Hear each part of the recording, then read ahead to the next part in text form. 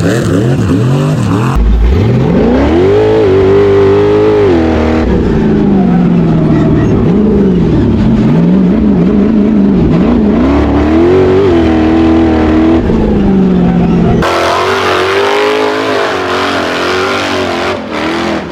just a quick rundown of what's going to happen in this video. Got me a script. It's a little different. I almost threw it away, but the guy that loaned me this buggy asked me to put a video out, so I did the best I can with what I have, and just let me explain.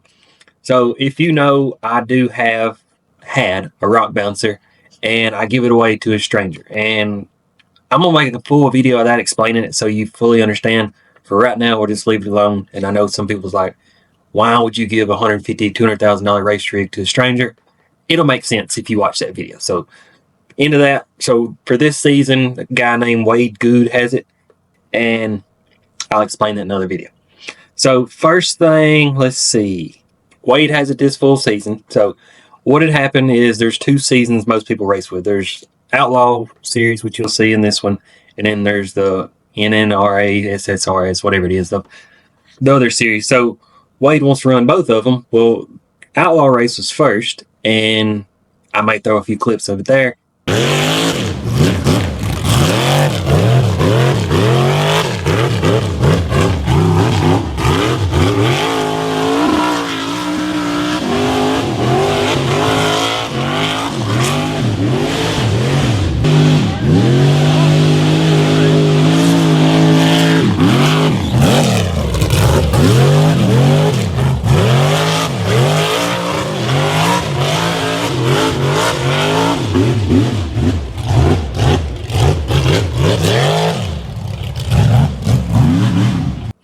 And he wound up third. So he's sitting third in the series points. And then the seasons both race the same day.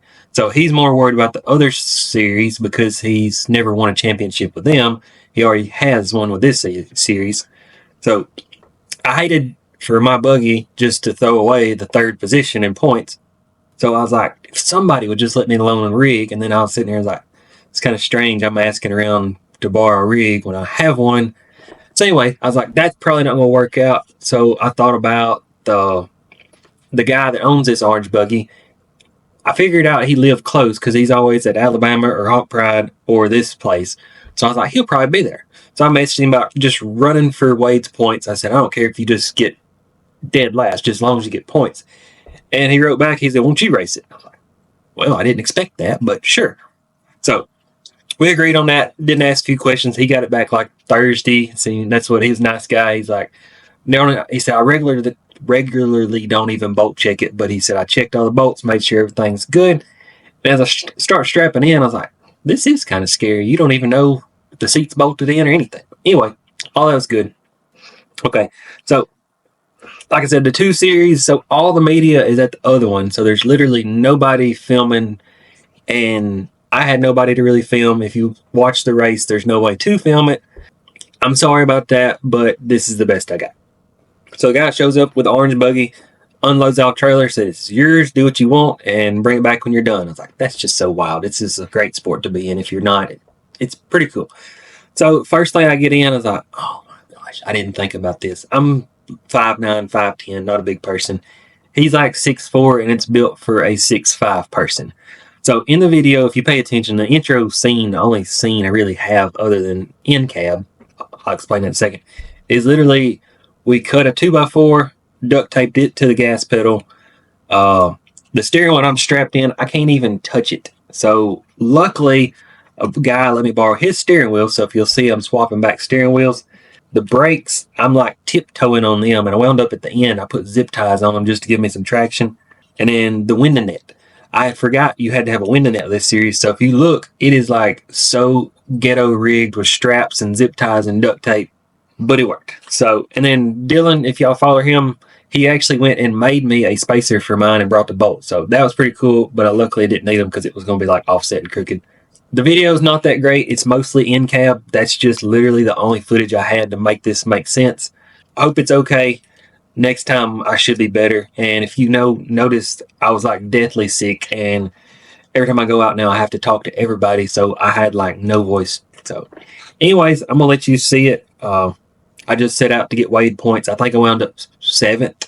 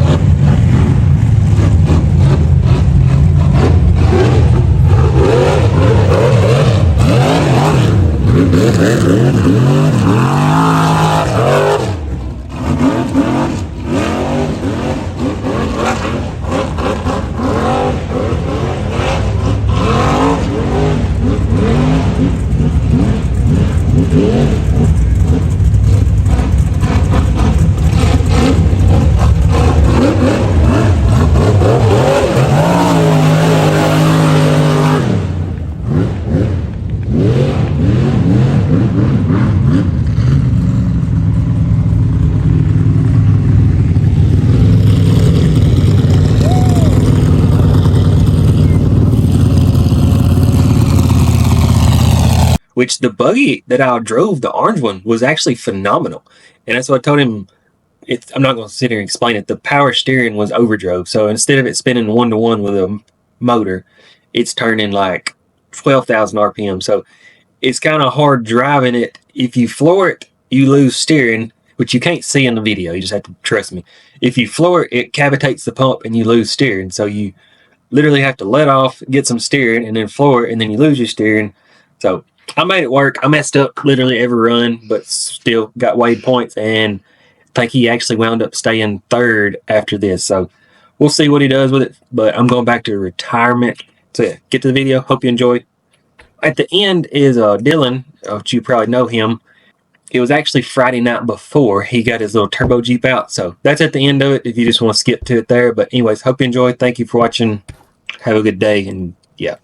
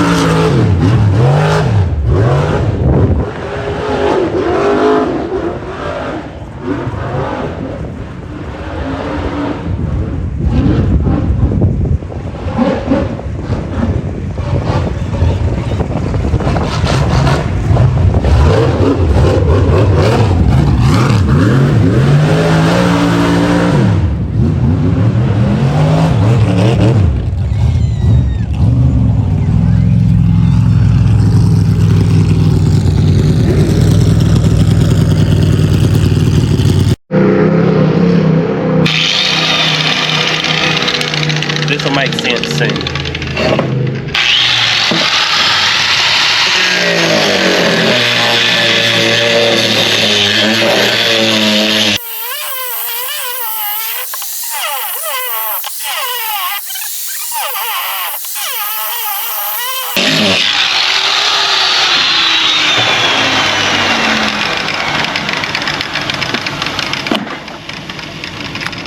Ta-da! So this is my rental buggy, and I can't complain, the guys let me run it for free, but there's a kicker. Get in there. I'm not a big person. He is. I can't reach the gas pedal, so we got us a block of wood, some duct tape, but that don't solve the issue because when I'm strapped in, I can't reach it at all. So headroom's good. Everything's good. I don't think it'd be safe to put anything behind me, would it? No, hurt your knee. So we're gonna try to, Dylan's gonna take me to his house and we're gonna fab something up. We'll get that block of wood duct tape on there. Other than that, we'll see how this goes. I'm not gonna do much narrating. I'm pretty sick. I don't think I'll ever gonna get better.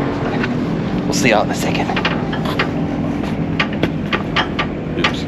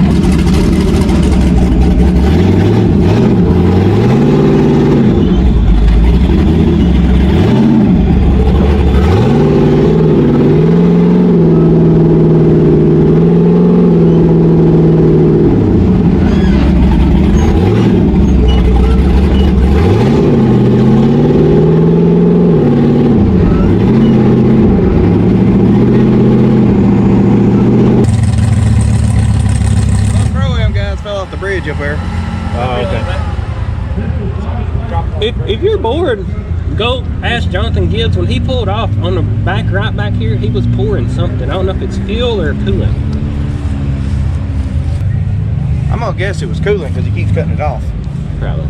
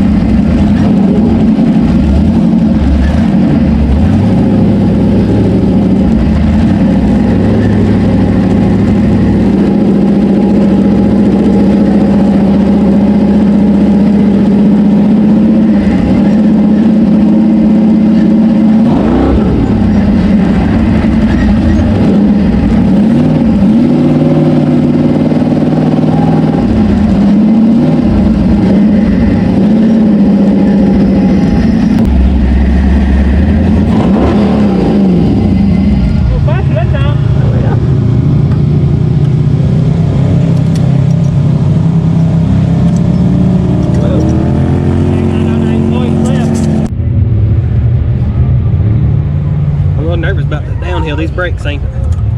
Oh, see the zip ties I put on there? Yeah. They ain't the best brakes in the world on this thing. Never have been. The adrenaline gets to pumping, you forget they suck. But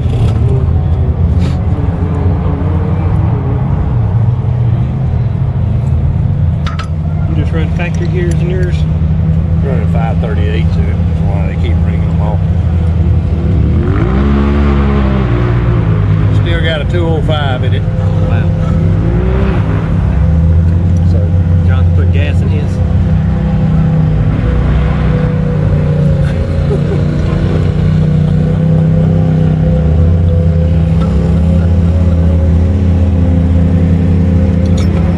How old is that one? What was that?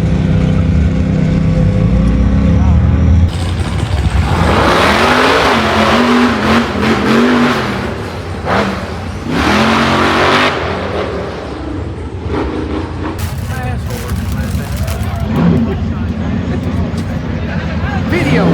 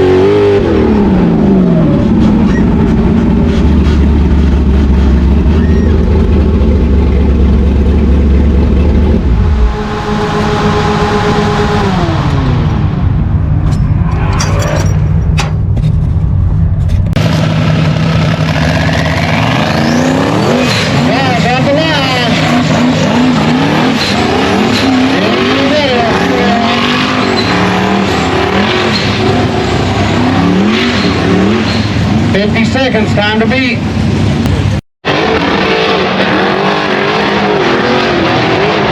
That's the way to do it.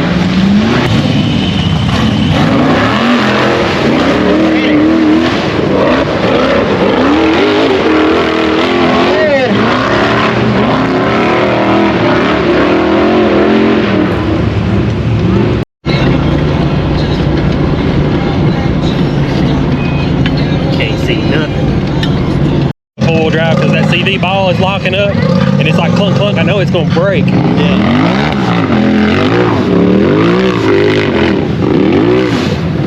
I don't have a full drop shifter hooked up on this one, so I have to get under there and do it. Oh, okay. Dylan and he probably got about 10 seconds on that Jeep right there.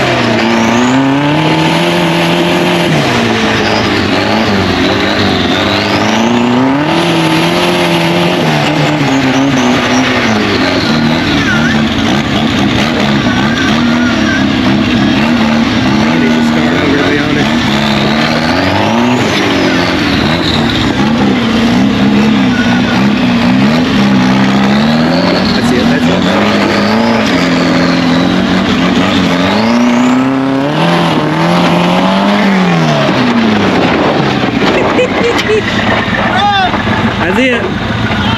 That's the battle.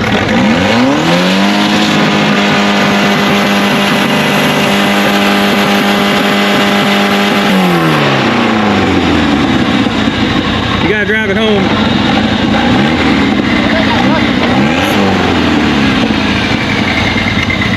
Sorry about the flicker.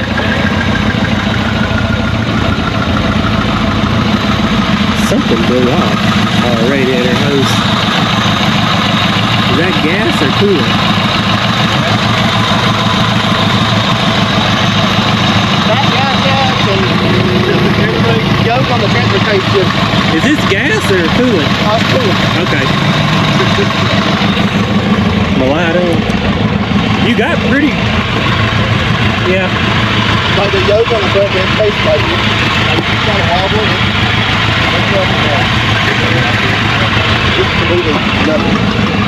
You went for a ride. Yeah, that ride, I was on the brakes as hard as I could. And I was like, this is about to hurt real bad. Huh. You can probably ride with us back if you want to. Have you seen your seat? Oh, you don't want to sit in here. It tastes like antifreeze. It's all in over my mouth. Yeah. I'm sticky. I hate that feeling after. I think if you'd actually went a little less hard, you probably would have made it. Your tire got like on the crossed up on that log. I was trying to get you to. Yeah, I was trying to work it over, and I felt like I was over it, so I went to just launch it. To see, and I damn you turned up in 5 fucking minutes. Say, what the hell? I think transfer cool 5 minutes. It was a cool 5 minutes. What? It broke.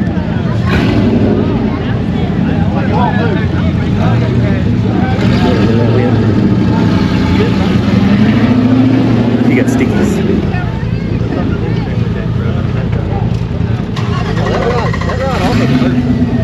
You already I was on the brakes as hard as I could. She's riding with us. She said she was. There's this dry shaft.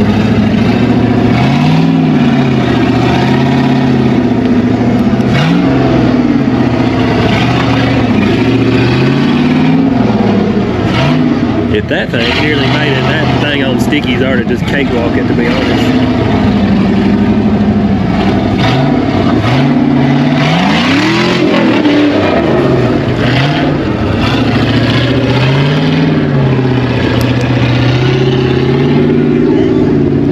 If West Coast people just understood the difference between wet and slick, you could? Yeah, they just, like, feels like something went across right there real hard. Antifreeze? No, I guess when I was holding the steering wheel so hard, Oh. I think it hung this. Huh. You did. All right, then that's We probably was it. talking about that last night about West Coast versus East Coast. You watched like, that bitch? over there, you're climbing. That's sandpaper. You wouldn't even spin a tire. No, that's sandpaper over there in West Coast. Yeah, You put water on this, it's over. yeah. That's a big shot right there. I'll tell you about him later. Trying to pick me a line up. Oh boy.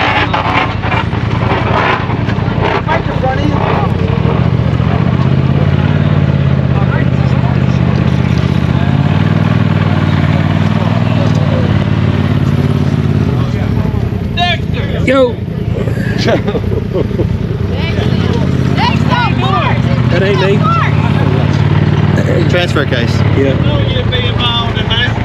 Is that you in there driving? No, I ain't, no. Why do you think it's me? I didn't cheat, man.